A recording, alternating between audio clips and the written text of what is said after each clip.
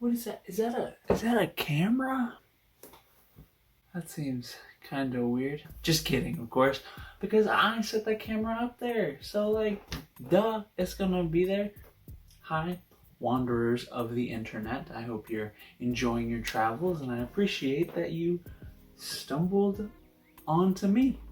I hope you're doing good in these crazy, trying times. I know there is a lot going on in the world, but with COVID-19 and the protest rallies going on, I sincerely hope all of you are staying safe and making sure to keep yourself educated in these kind of confusing times. I know there's a lot of media that's promoting really good things, but there's also a lot of media that's promoting not so good things. I encourage you to stay optimistic. There is a lot of info out there, both good and bad. It's good to be aware of that badness, I guess. Badness and goodness, right? Because it's always a balancing act. There's good sides of the story and there's bad sides of the story, and then there's neutral sides of the story, which depending on which side you're on, or if you're like some third perspective bystander, it might all be neutral.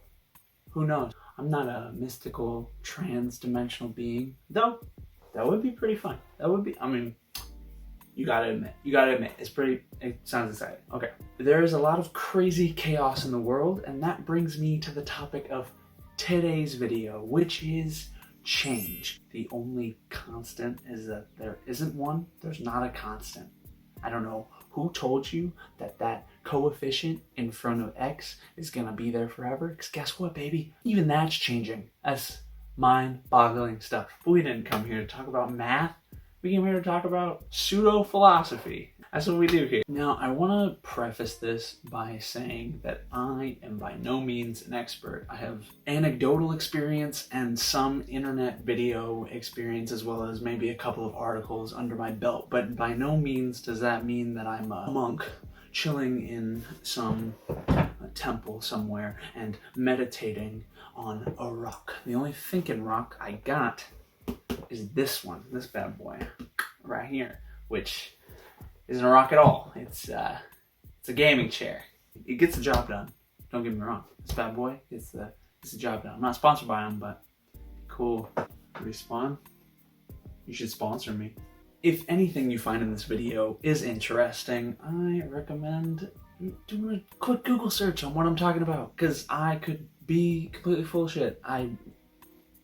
Who knows? Who knows? I don't think I'm full of shit, but you might think that. And so go out and look into the world if you feel so inclined. There's this quote by T.S. Eliot, and it goes, "If you aren't in over your head, how do you know how tall you are?" We can never truly live to like our fullest potential, because there will always be some new edge out there. So it's important to maintain that challenge and that feeling of, whoa, what the heck is going on? Because that's how you know that progress is being made, and progress and change are synonymous, if not go hand in hand. So lately I noticed that I was getting really anxious and nervous a lot, and I was trying to figure out why I was working all these ideas up in my head and making them out to be bigger than they are. And it's because I was projecting and thinking into the future to make it this huge grandiose thing, when in reality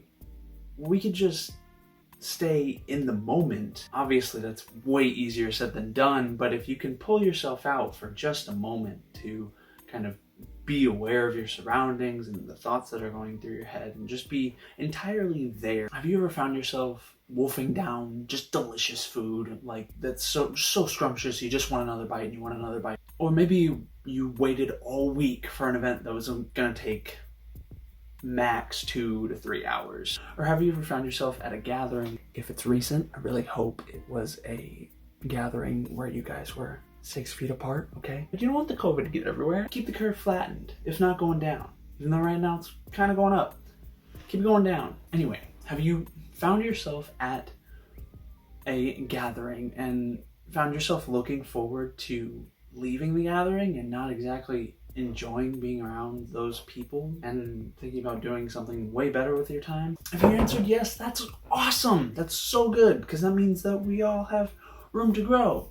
And if you answered no, I envy you and your ability to live life in the moment. And by envy, I of course mean admire, because green is not the best color on me. And we got the greens, you got the yellows, you got the reds. And also black pants and black socks. Oh, that looks gray. Black on the top, baby. One thing I found that helps me a lot as of late, it took me way too long to realize this, so hopefully you're already thinking about these things, and if not, have already mastered them, and I'm telling you something you already know.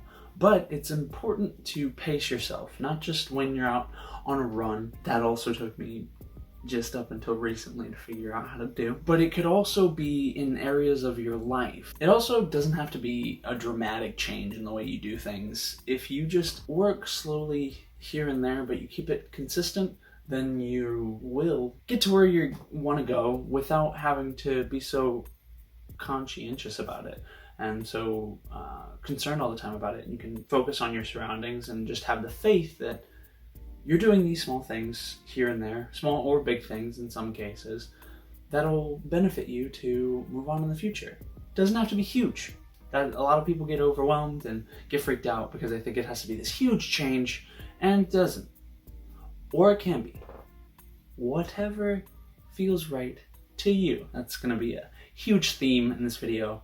That brings me on to my next topic, which is mindfulness. Now, when we think mindfulness, we think of meditation. The type of meditation that I do personally is called transcendental meditation. Didn't know it was called that until just recently. You just sit down somewhere or find some resting position, close your eyes, and focus on something constant and not super stimulating, like your breath, or maybe some pinpoint, just a thing for your mind to kind of rest on. When I do this, I find myself being able to, it depends on the day, but there can be like a lot of thoughts coming all at once. And if we learn how to kind of just grab those thoughts and look at them rather than letting them control us and manipulate our behavior, then we'll be more in control of ourselves and therefore able to enjoy more control over how we interact with the world. I meditate for about 15 minutes a day, right down here, right down there, just right there at the edge of my bed. That's what I do. I do that. And that's not a magic number by any means. I started out with 5 a long time ago and found that that wasn't doing a lot for me. And I didn't feel like the switch from 5 to 10 was dramatic enough a change for me, because I'm a dramatic little baby boy, little dramatic little baby boy. And so I decided to go to 15. Now, will I make the jump from 15 to 30? Probably not anytime soon, but it's always good to have that goal off in the future. The biggest thing here isn't necessarily time, it's more about consistency. If you can only do it 5 minutes every day, then do it 5 minutes every day. But if you can do it longer than that, then I recommend you do, because I've heard that it is good. A lot of this is subjective. There are studies out there, but I have not researched them enough to be confident in talking about them here, and I'd feel much more comfortable talking just from my experience. There's a rule for this type of consistency that I found from a YouTuber named Matt Devella, and basically this rule is that you do the every other day approach. If you can do it every day, do whatever you're trying to do every day to keep that momentum going. But if you need to take a day off, take 1 day off, but so as to not lose the momentum, you just get back to it the next day. It's really easy to take care of your mental health if you allow yourself the ease to stop if you need to, and then get back going again. Take it easy. It's important to go easy on yourself and not blame yourself or beat yourself up for quote-unquote failures. There's a quote by Pema Chodron, and it goes like this: "The most fundamental aggression to ourselves and the most fundamental harm we can do to ourselves is to remain ignorant by not having the courage and the respect to look at ourselves honestly and gently." This quote pretty much speaks for itself, but it really resonated with me, and I hope it does the same for you.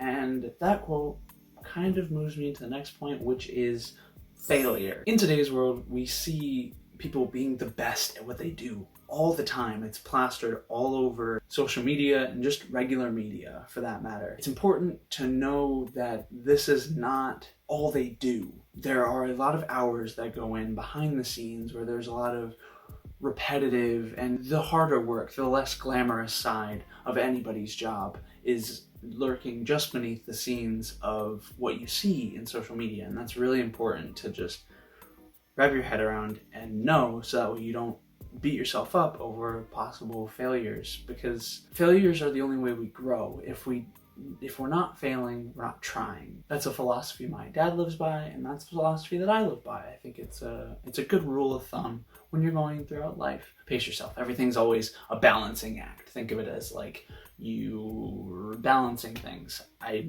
That'll get cut out. There's another quote by Truman Capote that rhymes, and I love that it rhymes. It goes by, "Failure is the condiment that gives success its flavor." We're gonna grow if we keep challenging ourselves. But when we hit that bump in the road, that's the exciting part. Because if it was all success all the time, it would just be this consistent upward line. It's gonna be all linear. There's no curves in that, and who doesn't love curves? I'm sorry I keep bringing up math. I know a lot of people out there do not like the subject and they want me to get on with it, so I will get on with it.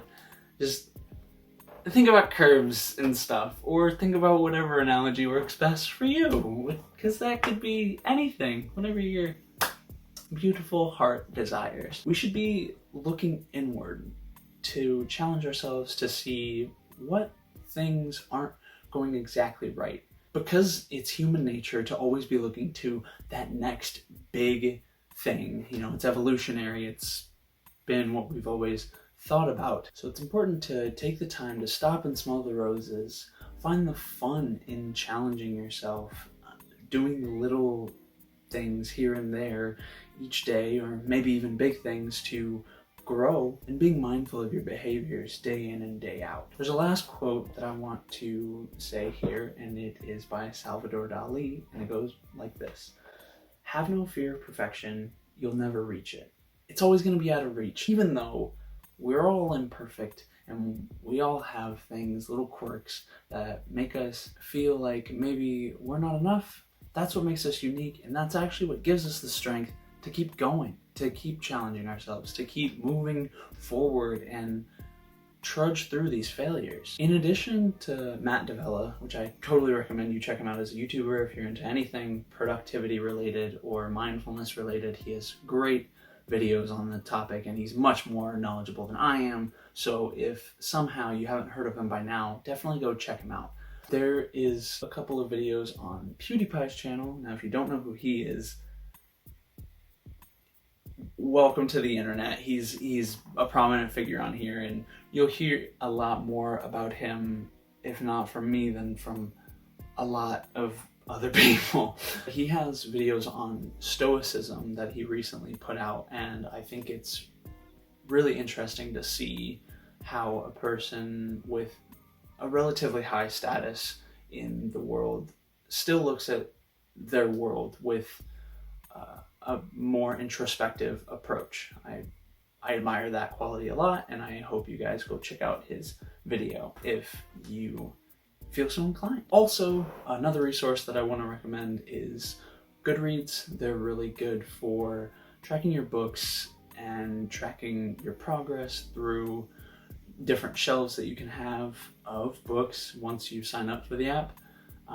But recently I just found out that they also have quotes, and that's actually where I got all of the quotes for this video were from Goodreads. So if you're a big quote person, there's a huge database in Goodreads for you and your enjoyment. With the resources that I've given you here, I encourage you to go out and find your own resources and look for things that might make you more mindful. I'm interested to see what you come up with, so after you've found resources, if you go and look for them, put them down in the comments below. I'd love to read more or watch more videos about these topics, and I hope we can develop a nice little bond in that sense, as much of a bond as I can have with you, the audience.